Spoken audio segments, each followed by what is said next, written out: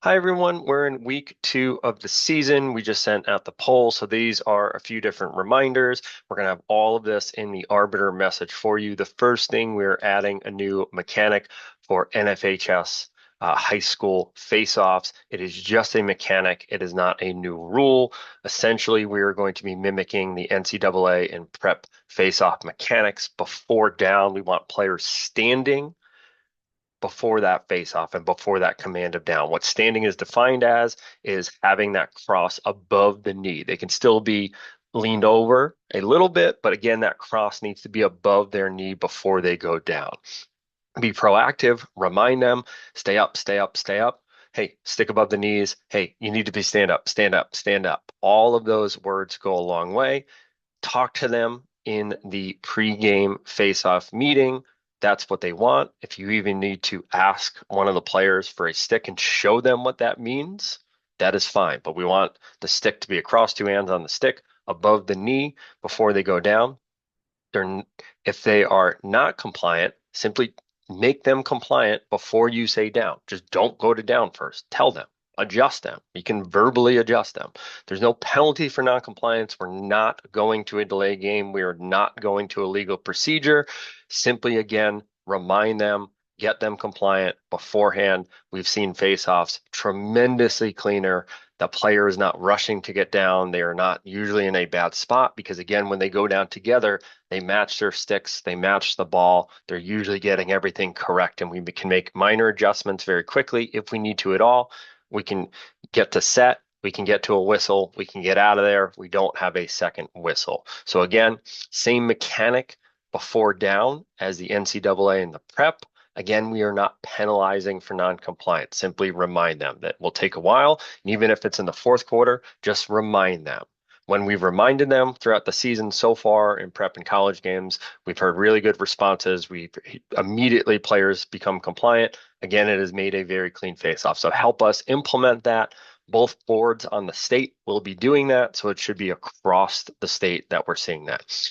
Based on your poll, our first poll of the season, a couple of the things that came up. The first thing, unnecessary roughness is not a non-releasable penalty. It is always a releasable penalty. Again, you need to review all the different personal fouls that are potential to be non-releasable and what is the rule and what are then the options based off of those, right? We can then have penalties that because of 7-2D become non-releasable. But again, if you're calling unnecessary roughness, you cannot choose to then upgrade it and make it a non-releasable penalty. It needs to be called something else. It can be called an unsportsmanlike, right? It can be called if you feel it's a target or a defenseless player, or if you feel it's an illegal body check or a cross check to the head and neck area, we can go non-releasable.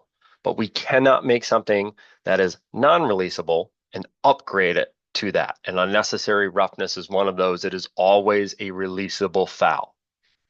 Again, in a three-man, in a two-man, please just make sure that we are paying attention and helping our partners out. We all have different responsibilities. We've seen a few different game tapes and we spoke to a few different officials. Sometimes we see it where simply there was a very close play on the sideline. That official who's right by the play is watching for feet, is watching for a whole bunch of other things, or who's touching the ball last before it goes out is going to miss the push that goes behind.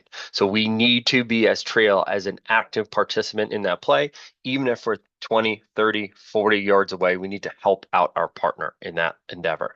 Same thing when we do have a dead ball, especially in a flag, a time serving flag scenario that goes on, partner, again, twofold. Take your time. Don't immediately just rush and turn over to the table and talk about it. We had that at one of my games the other night where we had an unsportsmanlike during the cross. A player shoved the other player, partner to a flag, immediately turned, looked at the table, reported the penalty. There's still things going on. Take a second. You have tons of time.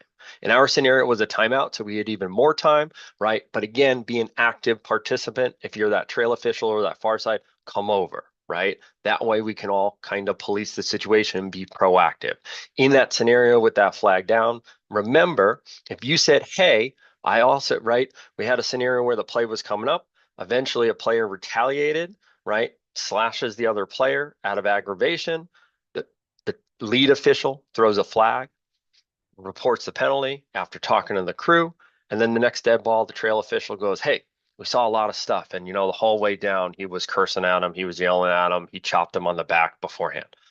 We need to know that information. We can throw that flag a little bit late. We might need to get both players so that way we de-escalate the scenario. But again, if you see something, say something, right? For any of us our New Yorkers out there, see something, say something, and that's that time you got to do it promptly in that scenario too.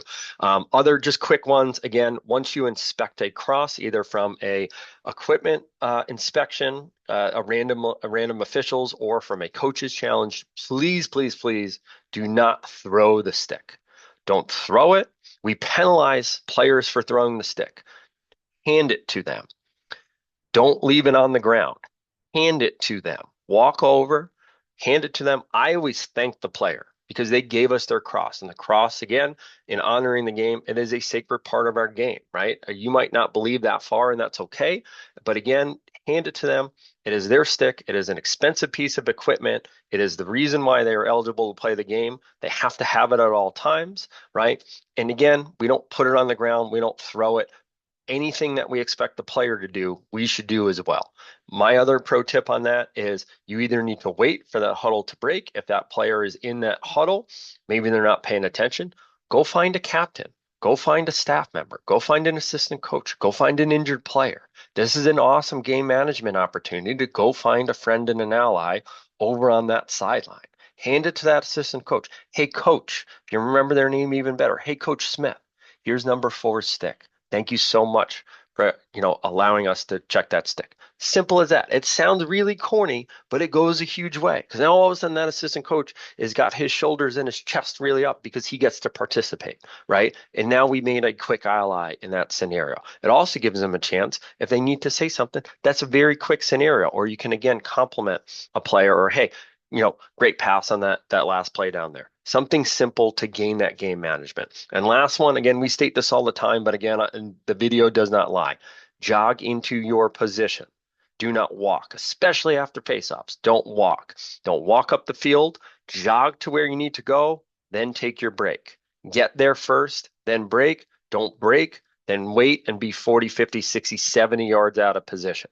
We need you jogging. We need you moving. Walking looks bad, even in lower level games, even in bad weather. Enjoy the games coming up this week. Enjoy this weekend. It is finally 60 for the first time while I'm recording this video. It's going to change very quickly, but still enjoy it. We'll see you soon. Great job so far. Good luck.